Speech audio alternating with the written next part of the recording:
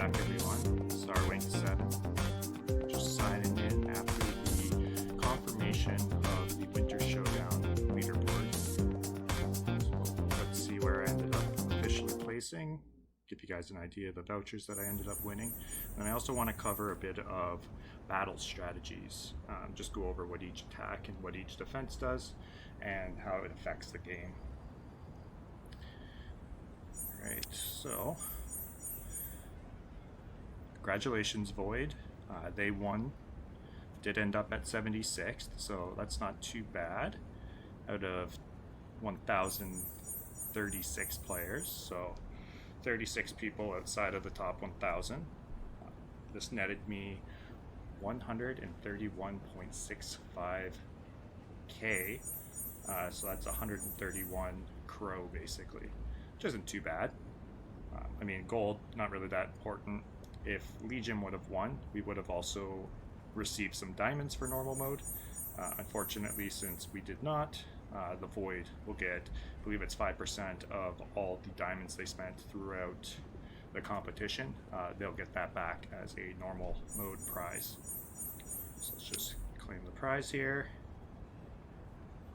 Just also make sure my voice is coming in correctly. I might just pop in here and turn these effects down a little bit more. Okay, there we go. Alright, so let's grab my daily roar stuff. Let's claim my defense, my attacks. There's 3 attacks here, and my booster. Alright, so let's just take a quick look at the leaderboard again. I know I did this last time, but I just want to go to the past events here. You know, there's your top 3, Meta, Darklos, and Fiend for Crow. So congratulations to the Void, held top 3 positions. Thank you to Big. You know, he's holding down the fort basically for the Legion tier. You know, it is what it is. And you know, out of the top 10, we only had 2 Legion this time. It's all good. Go through here, see a little bit of a, oh, maybe I'll scroll to the top 50. There's Crypto Ocean. I saw him in DJ Oracle. In DJ Oracle's last video, we're exchanging some blows there. So if you haven't checked that out, go take a look at that. That's the last 8 hours of the actual competition. Alright, so there you go, there's your top 50. And we'll just scroll to see where I'm at. It's DJ, Oracle, Piper Crow, Wake and Bake. Just getting hit by him a few times. There we are. Alright. So, decent amount of Legion in the top 100. You can see us all sort of down here at the latter half of it, but yeah, we'll show up hopefully better for the next one. That's the Christmas Showdown. So maybe we'll take that on, I think that's December 20th to the 23rd. So not this weekend, but next weekend. Alright, so like I said, I wanted to just quickly cover a little bit about attacks and defenses. So these can be found under your abilities area, right? So right above your daily roar, you'll see abilities, and you've got your 5 attacks, okay, and they vary in purchase price. So the first 3 are the same. They're actually 9,000 base price, but if you have some Dark Lions and Mary NFTs, it reduces the cost. So Veil of Venom, Savannah Bandit, and Malware Maelstrom, they all are the same cost. Now I'm just going to go quickly over what they do. So Veil of Venom, now this hits all common businesses, okay? Just the common businesses. So that's your Cool Cats, your Diners, Gyms, and your Pantheras, right? Now this also boosts those same businesses. So when you get a hit against an opponent, it's going to boost your commons. Okay, now you can use the launcher, the smoke grenade launcher, and I believe it's the vials. Let's just go to tools here, weapons, So to boost this attack, you want to use these venom vials, as well as the launchers, the smoke grenade launcher. So these will help boost your Veil of Venom. Alright, so Savannah Bandit. Now what this attack does is it hits your opponent's businesses that are on an obstacle, okay? And it boosts any of your businesses that are also on an obstacle. So what that is anything like this, you know, these little non-playable squares, those are obstacles that if your business borders it, you will get a boost from it, right? But you'll also take damage and reductions of your gold if you're under attack. So a lot of times people like to have spaces that they can move their main business off of the obstacle if they're under heavy attack, right? So with a Molten Cavern, you get two. Sometimes they're together, sometimes they're like this. So, you know, depending on your play style, you might be looking for a specific type of setup. You know, some people also play on lagoons. It's a pretty common one. So this one, you can see I've just got the top corner here. So in actuality, I'd have 5 places basically that border on this obstacle. Whereas I can have, you know, 3 here, another one here, 4, 5, 6, 7, 8, 9. So I could have up to 9 depending on my configuration and businesses I'm using on these obstacles. So not too bad. And I also got a decent amount of space down here at the bottom that I could remove, even a 4 space off of the obstacles. Okay, so next ability is your Malware Maelstrom. Oh, actually, sorry, I'm going to show you the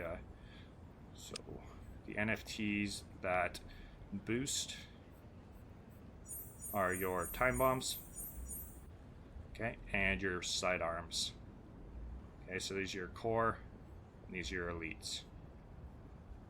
These will boost your Savannah Bandit.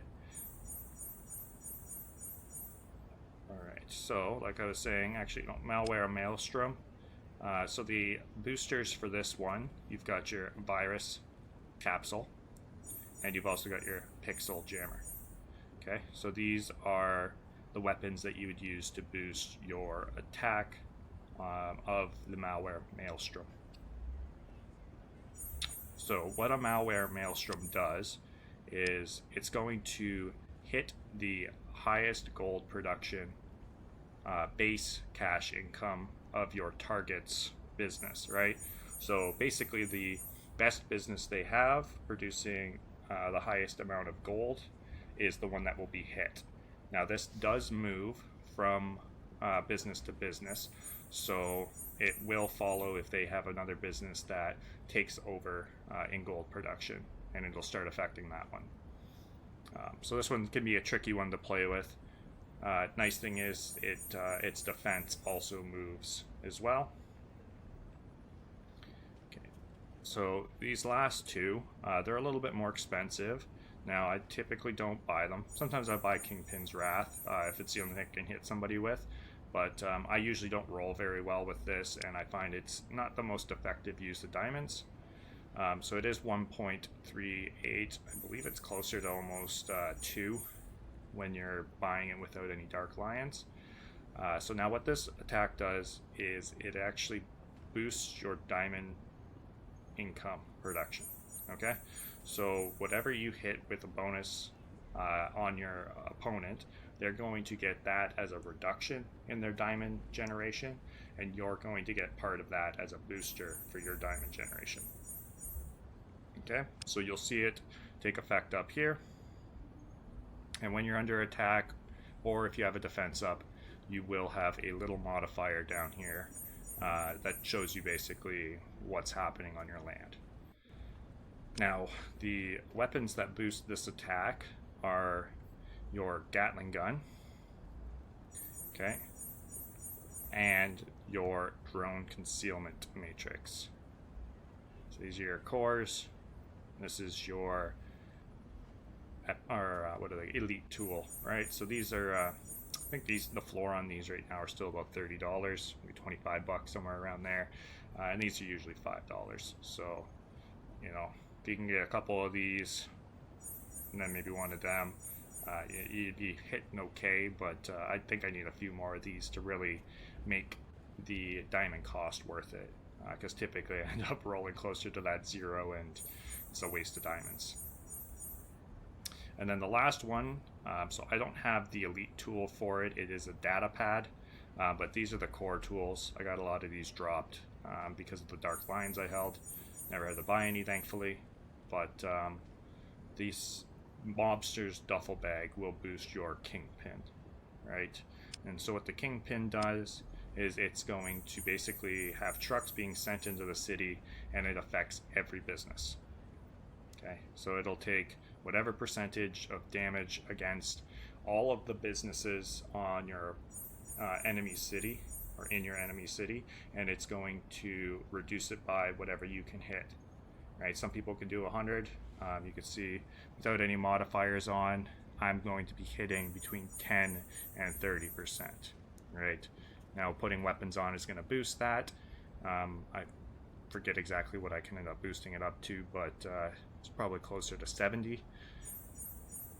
Now, when you do hit an enemy with this, all of your businesses will be boosted, right? So it affects all of theirs and boosts all of yours.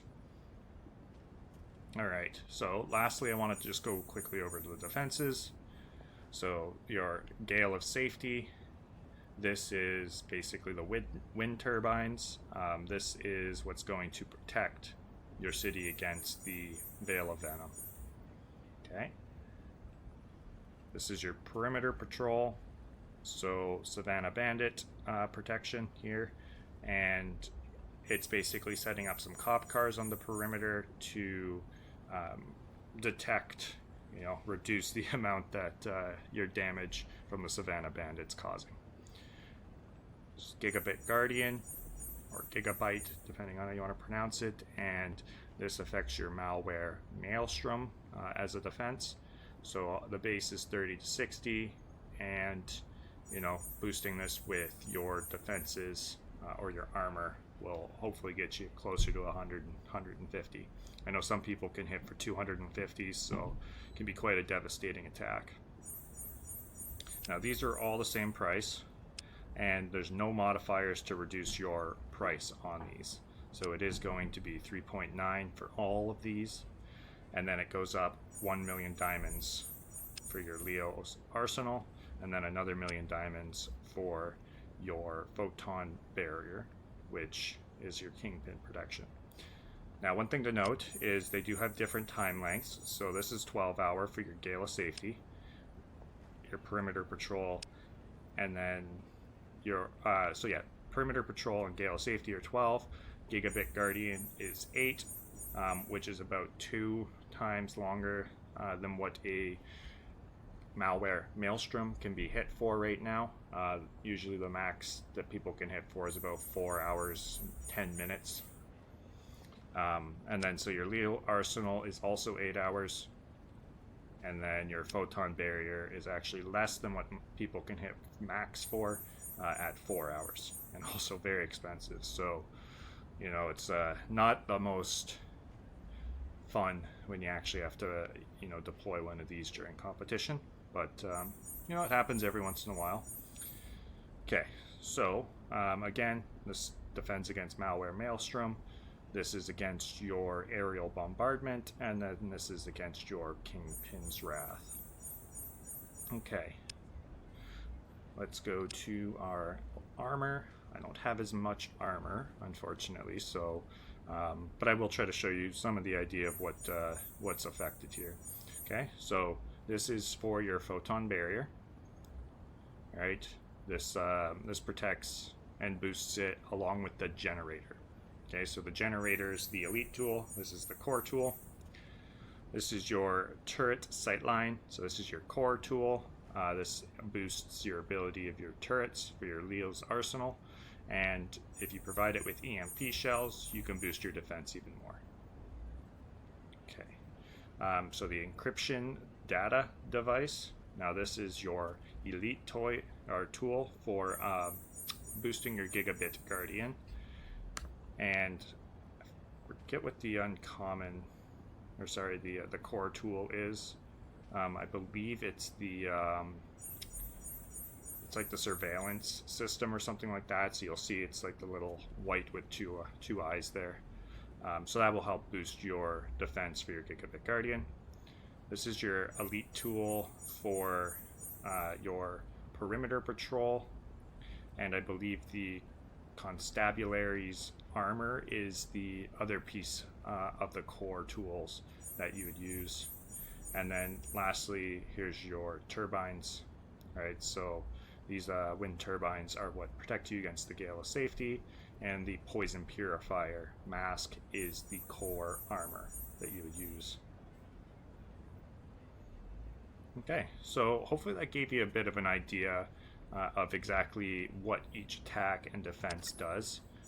And then now I'm going to go to the leaderboard here and just give you guys an example, right, of what we're talking about when it comes to your success rolls, right? So if you look, the one right next to you is going to be a 95% hit chance, right? So it's very unlikely you're going to miss, though they may have defenses up and will be able to block your attack, right? So right here in the middle of the screen, it'll show you what he's under attack with, and so if it's clear like this, you'll be able to set an attack out on him. You'll also be able to hover over it when they are under attack, and you will see the timer for how much longer this person will be under attack, and these will also be dark, basically grayed out if you want to call it, with a timer telling you how much longer. Let me see if I can find somebody under attack here. Let's see if crows show who is. Nope, he is not. But anyhow, so you can see as soon as you're 2 ranks away, it drops to 50% chance, right? And that basically goes until I think you're 10 away. So there's 7. So let's see. So yeah, 10 ranks away. And then let's see, 11 ranks. Yeah, so it drops down to 20 once you're 11 ranks out. So really you want to be attacking anybody next to you if you can. It's a lot higher chance to hit. But if you do need to Hail Mary it, if they're within 10, you've still got a coin flip chance. So not as bad. So let me see if I can find somebody under attack. Maybe some of the people at the top of the leaderboard are in a little bit of a scrummage. So Canna should not be, since he's at the very top here between Crypto Diamond and Crypto Ocean. Let's take a look at meta. Yeah, nobody's under attack. Not very often people are attacking in normal mode, especially these days. It's all fun in games when it first came out, but not too many people do the attacks at this point. So even 100 ranks away, I still got a 1% chance.